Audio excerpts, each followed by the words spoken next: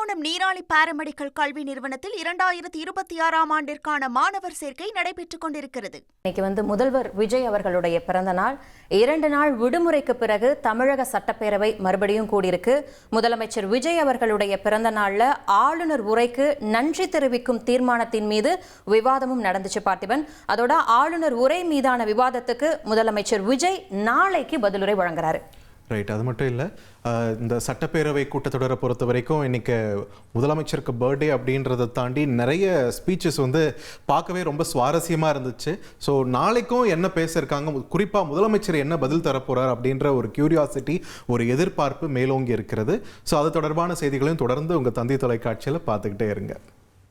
கண்டிப்பாக அடுத்து ரொம்ப இப்போ பரபரப்பாக பேசப்பட்டு இருக்கக்கூடிய விஷயம் அப்படின்னா, திருவள்ளூர்ல அம்மோனியா வாயு கசிவு சம்பவம் தொடர்பாக தொழிலாளர் நலத்துறை அமைச்சர் பர்வேஸ் பேசினப்ப அதிமுகவினர் அமளியில் ஈடுபட்டாங்க.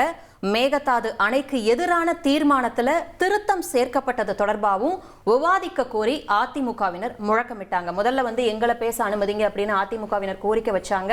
ஆனா பேரவை தலைவர் அவர்கள் அமைச்சர் அவர்களை பேச சொன்னதால அதிமுகவினர் அமளி செஞ்சிருக்காங்க.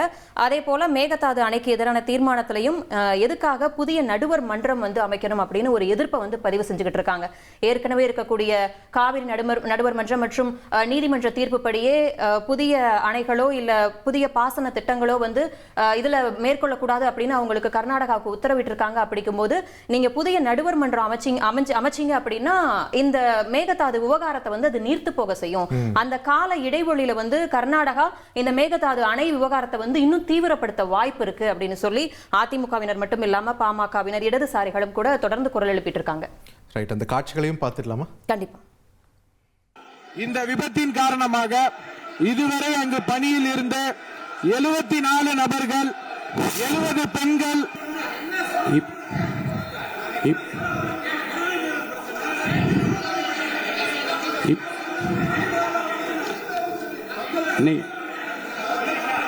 இப்போது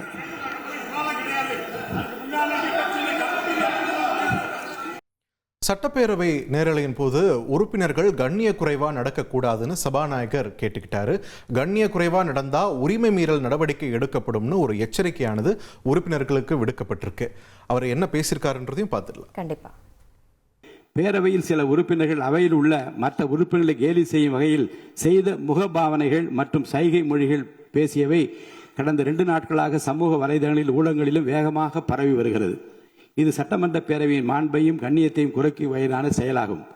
இந்தியாவில் உள்ள பிற சட்டமன்ற பேரவைகளுக்கு எடுத்துக்காட்டாகவும் நூற்றாண்டு வரலாற்று பெருமை கொண்ட இந்த மாமன்றத்தின் மரபினை காத்திடும் வகையிலும் கண்ணியத்தினையும் மாண்பினையும் உயர்த்தி பிடிக்கும் வகையிலும் பேரவையின் சில நிகழ்வுகள் நேரலையில் ஒளிபரப்பு செய்யப்படுவதால் மாண்பு உறுப்பினர்கள் தங்களது பொறுப்பினையும் கடமையினையும் உணர்ந்து இதுபோன்ற கண்ணிய குறைவான செயல்களில் இனிவரும் காலங்களில் ஈடுபடக்கூடாது என அறிவுறுத்துகிறேன். இதுபோன்ற செயல்கள் தொடர்ந்தால் அந்த செயல் அவையின் உரிமை மீறலாக கருதப்பட்டு சம்பந்தப்பட்ட உறுப்பினர் மீது நடவடிக்கை எடுக்கப்படும் என்பதையும் நான் தெரிவித்துக் கொள்கிறேன். அதே போல பார்த்திபன், பேரவையில அமளியில ஈடுபட்ட அதிமுக எம்எல்ஏக்கள் தொடர்ந்து வெளிநடப்பு செஞ்சிருக்காங்க. அதிமுகவினருடைய செயலால அந்த அவையில கொஞ்ச நேரம் சலசலப்பு ஏற்பட்டுச்சு. அந்த காட்சிகளை பார்த்திடலாம். பேரவையில் காவிரி நதிநீர் பிரச்சனையை, மேகதாது அணை பிரச்சனையை சபையிலே தவறான முறையில் தனி தீர்மானத்தை கொண்டு வந்த அரசினுடைய தவறுகளை சுட்டிக்காட்டி பேசுவதற்கு எங்கள் கட்சி தலைவருக்கு அனுமதி அளிக்காத பேரவை தலைவரை வன்மையாக கண்டிக்கிறோம். ஆனா வினோதினி, அதிமுகவினர் வெளிநடப்பு செஞ்சாங்கன்னு சொன்னீங்க. சில தலைகள் மிஸ் ஆகுற மாதிரி இருக்கு. 4 பேர் மிஸ் ஆயிருப்பாங்க. நல்லா பாத்தீங்கன்னா தெரிஞ்சிருக்கும். யாருன்னா எஸ்பி வேலுமணி அவர்கள், நத்தம் விஸ்வநாதன் அவர்கள், ராகேஷ், ரவி மனோகர் இவங்கெல்லாம் அவையிலிருந்து வெளிநடப்பு செய்யல. இபிஎஸ்க்கு ஆதரவா வெளியில போகல. அதிமுக என்ன செய்தி சொல்ல வராங்கன்றதை தாண்டி மக்களுக்கு என்ன செய்தி சொல்ல வராங்க இன்டைரக்டா அப்படின்றதையும் நம்ம பொறுத்திருந்து தான் பார்க்கணும். ஸோ இந்த நிலையில் மேகதாது அணைக்கு எதிரான தீர்மானம் பிரதமர் மோடிக்கு அனுப்பி வைக்கப்பட்டிருக்கிறதா சட்டப்பேரவையில் அமைச்சர் ஆனந்த் தெரிவித்தார். காவிரி விவகாரத்தில் சமரசம்ன்ற பேச்சுக்கே இடமில்லைன்னு திட்டவட்டமா அமைச்சர் ஆனந்த் தெரிவிச்சிருக்காரு. அவர் பேசின காட்சிகளையும் பார்த்துடலாம். 19/6 2026 அன்று நடுவர் மன்றம் அமைக்குமாறு வலியுறுத்தி ஒருமனதாக தீர்மானம் நிறைவேற்றப்பட்டு அதன் நகலை அன்றே தனது நேர்முக கடிதம் வாயிலாக மாண்புமிகு முதல்வர் அவர்கள் மாண்புமிகு இந்திய பிரதமர் அவர்களுக்கு அனுப்பியுள்ளார்கள் என்பதை குறிப்பிட விரும்புகிறேன். இவ்வாறு தமிழர் நலன் கருதி இந்த அரசு மாண்புமிகு முதல்வர் அவர்களின் ஆலோசனைப்படியும் மேகதாது திட்டத்தை முறியடிக்க அனைத்து நடவடிக்கைகளும் தொடர்ந்து எடுத்து வருகிறது. மேகதாது விவகாரத்துல வந்து அமளிலாம் நடந்துச்சு அப்படின்னு பார்த்தோம். இந்த மேகதாது விவகாரத்துல புதிய நடுவர் மன்றம் அமையறதால தமிழகத்துக்கு எந்த விதமான பாதிப்பும் இல்லை அப்படின்னு அமைச்சர் ஆனந்த் தெரிவிச்சாரு. மேகதாது திட்டத்தை முறியடிக்க தமிழக அரசு பல்வேறு நடவடிக்கைகளை மேற்கொண்டுட்டு வருது அப்படின்னு அவர் சொல்லியிருக்காரு. அந்த காட்சிகளை பார்த்துடலாம். புதிய நடுவர் மன்றம் அமைவதால் தமிழ்நாட்டிற்கு எந்தவித பாதிப்பும் ஏற்படாது என்பதை இப்பேரவைக்கு மிக உறுதியுடன் தெரிவித்துக் கொள்கிறேன். நன்றி, வணக்கம். இல்லை, இந்த நிலையில் இந்த மேகதாது அணைக்கு எதிரான தீர்மானம் கொண்டு வரப்பட்ட போது நீர்வளத்துறை அமைச்சர் பேசவே இல்லைன்னு சொல்லிட்டு நிறைய குற்றச்சாட்டுகள் பறந்துட்டு இருந்தது. இப்போ அதுக்கெல்லாம் பதிலளிக்கும் விதமாக ஆனந்த் அவர்களும் பேசிட்டாரு. தொடர்ந்து மற்றொரு அமைச்சர் ஆதவ அர்ஜுனா அவர்களும் பேசியிருக்காரு. மத்திய நீர்வள ஆணையம் மீது நம்பிக்கையை இழந்துட்டோன்னு பேரவையில் பேசியிருக்காரு. மேகதாது அணை கட்டுமானத்தை தடுக்க புதிய நடுவர் மன்றம் அமைக்க வேண்டும்னோ இது மூலமா நமக்கு கால அவகாசம் கிடைக்கும்னோ அமைச்சர் ஆதவ அர்ஜுனா பேசியிருக்காரு. அதே மாதிரி காவிரி விவகாரத்துல வந்து கர்நாடகா தன்னோட யுக்தியவே மாற்றிட்டதா அமைச்சர் ஆதவ அர்ஜுனா அவர்கள் சொல்லியிருக்காரு. பெங்களூரு மக்களோட குடிநீருக்காக மேகதாது அணை அப்படின்னு கர்நாடகா சொல்லுது. ஆனா விவசாயிகளுடைய தண்ணீர் பிரச்சனையே வேற, பெங்களூரு குடிநீர் பிரச்சனை வேற அப்படின்னு அவர் சொல்லியிருக்காரு. அவர் பேசின காட்சிகளையும் பார்க்கலாம். மேகதாது அணை கட்டும் பொழுது அதுவும் பெங்களூர்ல ட்ரிங்கிங் வாட்டர்னு அவங்க சொல்றாங்க, அதாவது குடி தண்ணீருக்காக நாங்க கட்டுறோம்னு சொல்றாங்க. அது வந்து ஒரு சட்ட சிக்கல் நிறைந்தது. முன்னாடி விவசாயிகளுக்கு தண்ணி வேணும்னு சொன்னாங்க. ஆனா இந்த டீடைல் ப்ராஜெக்ட் ரிப்போர்ட் படி குடி தண்ணீருக்கு வேணுங்கிற ஒரு சட்ட சிக்கலை ஏற்படுத்துறது போல இந்த அணையை கட்டுறதுக்கு மக்களுடைய குடி தண்ணீருக்குன்னு சொல்ல ஒரு அணை கட்ட முற்படுறாங்க. வினோதன், இந்த புதிய நடுவர் மன்றத்தை சுற்றி தான் இந்த அமைக்க வேண்டும் அப்படின்ற ஒரு கோரிக்கை இருந்துச்சு இல்லையா?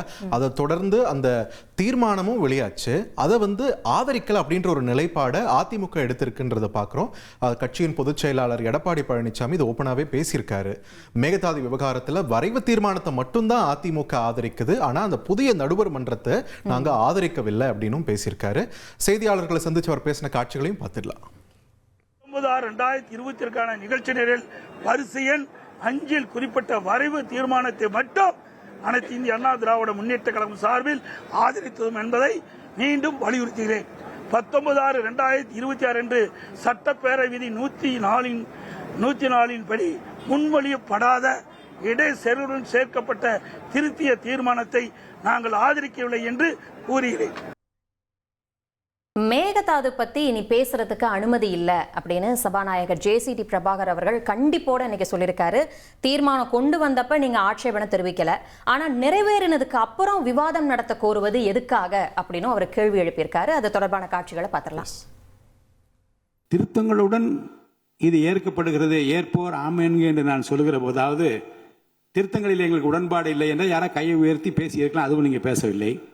மாண்புமிகு முதலமைச்சர் அவர்கள் தன்னுடைய தீர்மானத்தை திருத்தங்களுடன் என்று படிக்கிற போதும் யாரும் ஆட்சேபனை தெரிவிக்கவில்லை.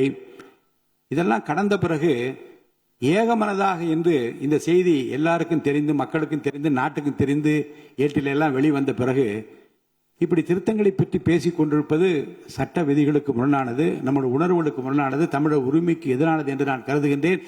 மேகதாது பற்றி இனி பேசுவதற்கு இங்கே அனுமதி இல்லை. வினோதனிக்கு இப்போதைக்கு ட்ரெண்ட் வந்து வெள்ளை அறிக்கை வெளியிடுறதான்னு நினைக்கிறேன். ஏற்கனவே நிதிநிலை தொடர்பான ஒரு வெள்ளை அறிக்கை வந்து அது தொடர்பாக நிறைய கருத்து பரிமாற்றங்களும் நம்ம அரசியல் அரங்கத்தில் போயிட்டு இருந்ததை பார்த்தோம். அடுத்து கண்டிப்பா மின்துறை தான். ஏன்னா அந்த நிதிநிலை அறிக்கையிலே வந்து பொது நிறுவனங்கள் அப்படின்ட்டு பார்க்கும்போது அதிக கடன் சுமை வந்து மின்துறை கிட்ட தான் இருக்கு அப்படின்னு அவங்க சொல்லியிருந்தாங்க. ஸோ மின்துறை தொடர்பாகவும் ஓரிரு நாட்களில் வெள்ளை அறிக்கை வெளியிடப்படும்னு அமைச்சர் நிர்மல்குமார் தெரிவிச்சிருக்காரு. அது மட்டும் இல்லை, இப்போதைக்கு தமிழகத்தில் நிறைய இடத்துல ஒரு பெரிய பிரச்சனையா இருக்கிறது அடிக்கடி பவர் கட் அப்படின்ற ஒரு குற்றச்சாட்டு தான். ஸோ மின்தடையை போக்க 125 குழுக்கள் அமைக்கப்பட்டிருக்குன்னு ஒரு கிளாரிட்டி அமைச்சர் கொடுத்திருக்காரு. அவர் பேசின காட்சிகளை பார்த்துடலாம். இந்த துறை ஏன் இப்படி இருக்குன்னு நாங்க ஏற்கனவே தெளிவா சொல்லியிருக்கோம். இந்த துறையோடைய இன்னைக்கு நிதிநிலை அறிக்கையில இந்த துறையில 2.5 லட்சம் கோடி கடன் இருக்கு. அது இல்லாமல் இந்த துறையில எந்தவித இன்ஃப்ராஸ்ட்ரக்சர் டெவலப்மெண்ட்டும் இவங்க கடந்த 5 ஆண்டுகள் 15 ஆண்டுகள் செய்யப்படவில்லை. இது சம்பந்தமாக விரிவான வெள்ளை அறிக்கை விரைவில் வெளியிடப்படும் நம்ம ஏற்கனவே சொல்லியிருக்கோம். அது இல்லாமல் இந்த துறைக்கு கடந்த 5 ஆண்டுகளா எவ்வளவு பேர் ஆள் எடுத்தார்கள் என்று, எவ்வளவு பேர் வேலைக்கு ஆள் எடுக்கப்பட்டது என்பதையும் நாங்கள் இன்னும் ஒரு சில நாட்கள்ல இதற்கான விளக்கமாக வெள்ளை அறிக்கையை நாங்கள் கண்டிப்பாக வெளியிடுவோம். இந்த சட்டமன்ற கூட்டத்தொடரில் எத்தனையோ தலைவர்கள் பேசினாலும் ஒரு குறிப்பிட்ட தலைவர் சோஷியல் மீடியாவில் பயங்கரமாக வைரல் ஆகுறாங்க. நிறைய ஃபேன்ஸும் அவங்க ஸ்பீச்சுக்கு வந்திருக்கிறத பார்க்க முடியுது. யாருன்னு கெஸ் பண்ணுங்களேன்? பிரேமலதா விஜயகாந்த் அவர்கள். அஃப்கோர்ஸ். எஸ். இன்னைக்கு ஒரு சுவாரஸ்யமான சம்பவமும் சட்டமன்றத்தில் நடந்திருக்கு. சட்டமன்றத்தில் உறுப்பினர்களுக்கு குடிநீர் வழங்குறதுக்கு டம்ளர்களுக்கு பதிலாக ஏன் நீங்க தண்ணி பாட்டில வைக்கக்கூடாது அப்படின்னு தேமுதிக பொதுச் செயலாளர் பிரேமலதா விஜயகாந்த் அவர்கள் கோரிக்கை வச்சிருக்காரு. இதுல ஹைலைட்டே ஓபிஎஸ் அவர்கள் சொன்ன பதில் தான். தண்ணி பாட்டில் வச்சா தூக்கி வீசுற நிலை ஏற்படும், அதனால நாங்க டம்ளர் வச்சிருக்கோம் அப்படின்னு சொன்னதும் அங்க அவையில ஒரே சிரிப்பலை. அப்ப டம்ளர் எல்லாம் தூக்கி வீச மாட்டாங்களா பார்த்திபன்? அதைத்தான் பிரேமலதா அவங்க கேட்டாங்க. நீங்க சொன்னீங்கல்ல ஓபிஎஸோட பதில் கேள்வி ஹைலைட்னு, அதுக்கு பிரேமலதா அவங்க ரெஸ்பாண்ட் பண்ணதும் சோஷியல் மீடியால பயங்கர ட்ரெண்டிங்கா போயிட்டு இருக்கு. அந்நியார் கலக்குறாங்கன்னு சொல்லிட்டு எல்லா தரப்புல இருந்தும் அவங்களுக்கு ஃபயர் விட்டுட்டு இருக்காங்க. ஸோ அந்த அவங்க பேசின காட்சிகளையும் பார்த்துடலாம். ஒவ்வொரு சீட்ல ஒரு பெட் பாட்டில்ஸ் மாதிரி கண்ணாடி பாட்டில்ல வாட்டர் வச்சுட்டு அவங்களுக்கு தேவைக்கு எடுத்துட்டு கொடுத்துடலாம். ஸோ இது பிறந்த நாள்ல முதலமைச்சருக்கு ஒரு கோரிக்கை வைக்கிறேன். அதுக்கு நாம நெகிழியில வேண்டாம், பிளாஸ்டிக் பாட்டில்ஸ் நம்ம அலோவ் பண்ண வேண்டாம், கண்ணாடி பாட்டில்ல நம்ம வைக்கலாம். உறுப்பினர் மாண்புமிகு பேரவைத் தலைவர் அவர்களே, அந்நியார் அவர் ஒரு நல்ல கருத்தை இங்கே சொல்லியிருக்கிறார்கள். அந்த கருத்து ஏற்புடையது அல்ல என்பதை நான் தெரிவித்துக் கொள்ள கடமைப்பட்டிருக்கிறேன். என்ற கோபம் வந்தால் தண்ணி பள்ளி கொண்டிருக்க வாய்ப்பு இருக்கிறது.